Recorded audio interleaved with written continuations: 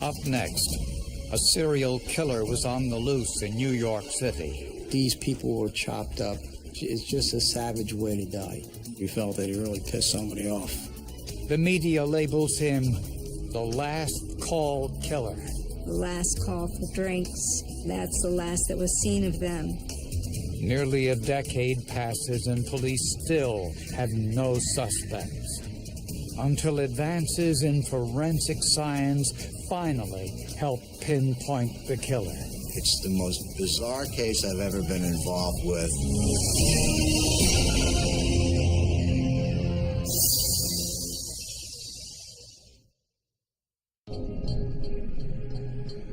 For sanitation workers collecting trash along the New Jersey Turnpike in 1991, it was a day like any other. Until they found a plastic bag so heavy, the men decided to look inside. The worker felt like it was a pumpkin or something. But it was something else. It was a head, a human head, human skull. When police arrived at the scene, they found even more bags with more body parts. The body was severed into 7 pieces. 2 legs, 2 arms, upper and lower torso, and the head. There were ligature marks on his wrist, which suggested he was tied up or bound at some point. One bag contained latex gloves, a bed sheet, shower curtain, and a blood-stained saw. It tells law enforcement that this happened in some home or a rented place, a hotel room. It could be any of those things. The victim's wallet was found in one of the bags. There was clearly no attempt to hide the identity of the victim. The victim was 56-year-old Thomas Mulcahy, an executive for an information company in Massachusetts who'd been in New York City on a business trip. He was married for approximately 33 years. He had 4 children, with the youngest being, I believe, 18 years of age, and the others were young adults. Mulcahy had been stabbed to death, then dismembered. The body parts, as well as the bags themselves, were washed before they were dumped. Well, the washing tells us that the killer wants to remove evidence, and 2, that there's an intimate aspect to it of keeping the body close. It's erotic. You're taking care of the victim. Thomas Mulcahy's wife told police some personal information she felt might be pertinent. She said at some point in his life, he started experimenting with homosexual sex. I don't know that she approved of it. By tracing his credit card activity, detectives learned that Mulcahy's last transaction was at an ATM at 11:15 p.m., 2 nights before his body was found. Tom Mulcahy draws $200 from an ATM machine at 49th and Avenue of Americas. With our luck, the camera system was down, so we had no pictures. There was no evidence Mulcahy had ever returned to his hotel room that night, which was only a block away. But there was evidence he had stopped in a nearby bar. Mulcahy was seen at the Townhouse Bar, which is an upscale gay bar in Manhattan. He was intoxicated. This was consistent with the medical examiner's report. The medical examiner determined that Thomas Mulcahy's blood alcohol level was above the legal limit. Witnesses said that Mulcahy was talking with a white male with brown hair. But no one could say for sure whether they left the bar together. Using the witnesses' descriptions, police created a composite sketch which was distributed to the media. We were unsuccessful. Everything we did up until that point was unsuccessful. But there was one item found with Mulcahy's body that provided an important clue. In one of the trash bags was the wrapper for the latex gloves. The price sticker showed they were purchased from a CVS drugstore in Staten Island, New York. But investigators still faced a daunting task. There were almost 500,000 people living in Staten Island. We had nothing. You know, we were grasping at straws. 1 year after finding Thomas Mulcahy's dismembered body, New Jersey police had another case that was eerily similar, this time in Manchester Township, New Jersey. The body parts were bagged in a similar fashion. They were double bagged, double knotted. The most striking thing, at least to me, was the way the bodies were dismembered into the same 7 parts. Prints were taken and put into the system, and it turned out that this particular individual had a minor criminal record. He was identified as Anthony Marrero. Marrero's record showed he was a gay prostitute. Like the Mulcahy case, Marrero's body parts and the bags had both been washed before they were dumped along the side of the road. We had really no prints, no DNA, anything that could tie us to a viable suspect. Also, like Mulcahy, the victim had ligature marks on his wrists and ankles. There's something called a signature killer. That is a killer who tends to repeat their process with several victims. The cuts that were performed on his body were described as being disarticulated, in that you actually don't just cut right through the bone, you actually pull the joints apart and cut through cartilage as opposed to bone. This disarticulation was a vital clue. We know it was post-mortem. The precision of the cuts led us to believe that this was done by somebody who had some knowledge. Somebody in the medical profession, possibly somebody along those lines. One of the bags found with Marrero's body had the words President's Choice on it. This shopping bag was sold at only 9 locations, and one of the locations happened to be Staten Island. The store in Staten Island which sold those bags was close to the CVS drugstore that sold the latex gloves found with Thomas Mulcahy's body. The reasonable assumption is that the killer either lives or works in that neighborhood, because that would be within what's called their zone of familiarity, their comfort zone. Using a process called superglue fuming, investigators were able to lift 2 partial fingerprints and a partial palm print from the bags. These prints were entered into the nationwide fingerprint database of known criminal offenders. The results of that entry and the search were negative. There was no match. We had ran out of leads, and it wasn't looking too promising.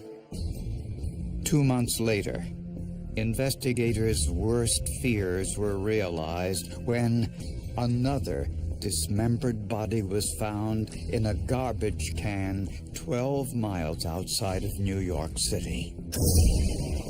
I looked down in a garbage can, there it was, a couple arms, folded up neatly. The reaction of every person who found body parts, and I quote them, was holy sh**.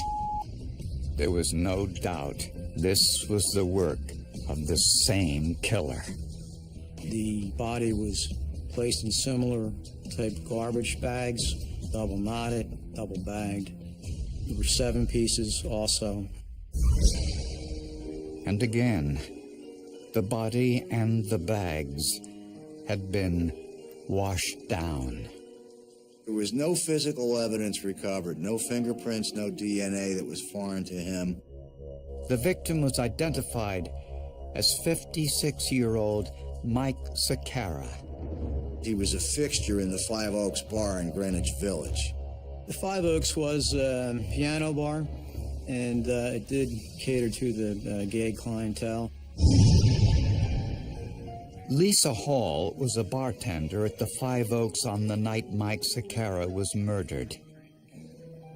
Lisa said a white male came into the bar and sat next to Mike.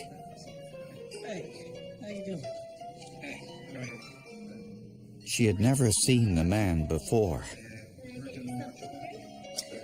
Yes, got your water.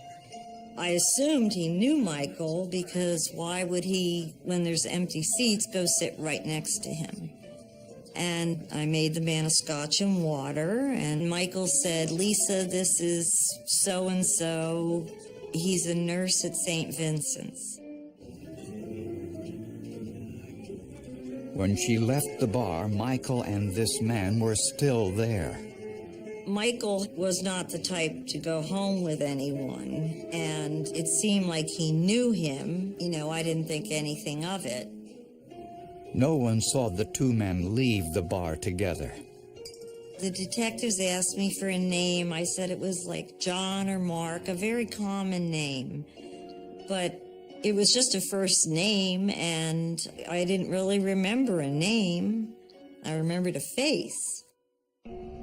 So investigators created a composite sketch based on Lisa's description. But even Lisa knew finding him wouldn't be easy. Well, New York City, it would seem almost impossible to try to find a suspect unless they could find some connection somehow. Detectives across New York and New Jersey were desperately trying to find a serial killer who was targeting gay men. The media dubbed him the Last Call Killer. The most recent victim, Mike Sakara, was last seen in a bar with a white male whom he introduced to the bartender as a nurse working at St. Vincent's Hospital in New York. When police followed up with the local hospitals, they identified a male nurse at St. Vincent's, 38-year-old Mark Slayton, who not only resembled the composite drawing, he also lived in Staten Island near the stores where the killer purchased the latex gloves and garbage bags used in the murders. Unfortunately, Slayton's prints didn't match the prints found on the plastic bags. It's heartbreaking. You're out there pounding the payments, doing everything you can, and you don't have an answer for it. So it was very frustrating. Thinking that the killer may have misled his victims about where he worked, Detective Kuhn enlisted his own children in the investigation to distribute the composite sketch of the killer to all the local hospitals. It was a family project. I had my kids sitting at the table. What we wanted to do was send a mass flyer out to all the hospitals on Staten Island. Unfortunately, the flyers didn't generate any significant leads. There were no motives. Nobody had anybody mad at them. Nobody was going to profit by anybody's death. There were no jealous lovers. And soon, the case turned cold. Many, many man-hours, hundreds if not thousands of man-hours devoted to these investigations. And essentially, the trails just went cold. The murders stopped, too, leaving police to suspect the killer may have changed his M.O. So our thoughts were either he's locked up, he's dead, or he's still out there and he's just getting a lot better at it. Then, 8 years later, the case went in a new direction. It happened when investigators heard about a new fingerprint technique that was being used in Toronto called vacuum metal deposition, or VMD. The vacuum metal deposition machine is the ultimate machine to find fingerprints on non-porous materials. You can have material that was stored for 50 years. Investigators immediately sent a dozen bags from the last call killer case to Toronto. They'd been in storage for years. In the Canadian lab, the bags were exposed to 10 milligrams, about 20 cents worth, of gold, which was heated to 2,000 degrees Fahrenheit, enough to turn it into a gas. This gold vapor creates a film over the surface being tested, but it is invisible to the naked eye. Then, vaporized zinc is introduced into the chamber. It adheres to gold, which locks any prints in place so they can be photographed.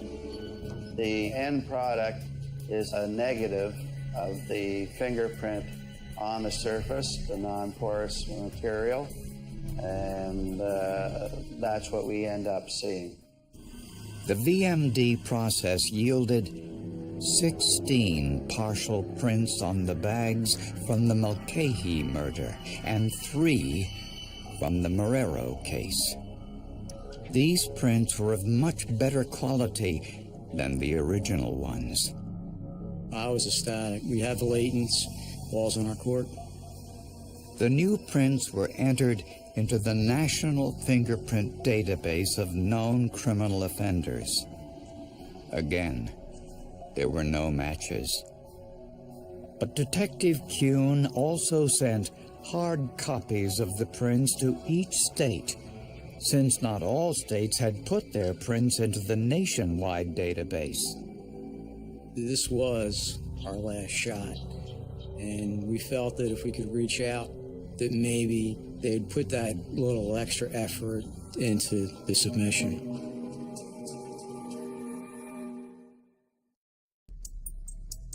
When the fingerprints of the last call killer made it through the mail to latent print examiner Kim Stevens in Maine State Police Crime Lab, she was happy to help out. The state of Maine hadn't yet put all of their prints onto the National Fingerprint Database.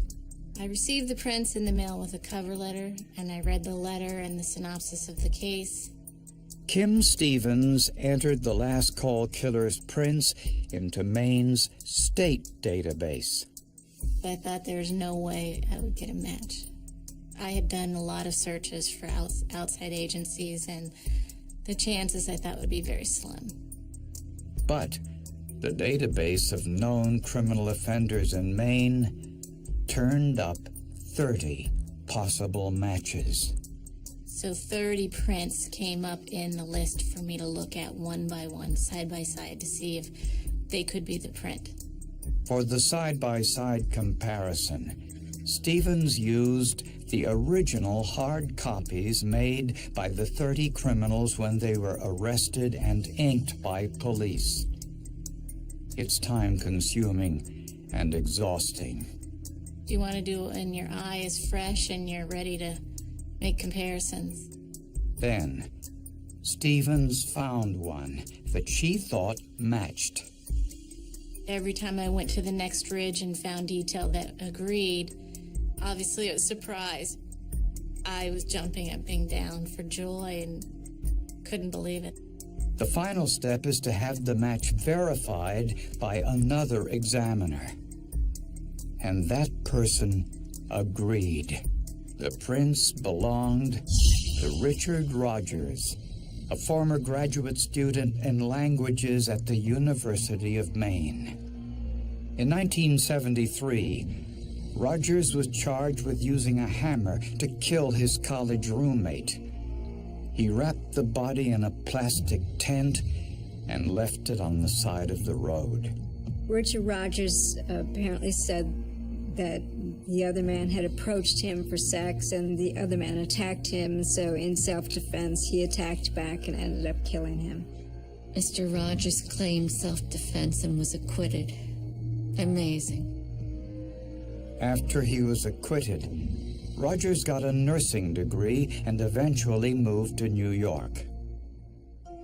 At the time of the last call murders, Rogers had been working as a surgical assistant at Mount Sinai Hospital in New York.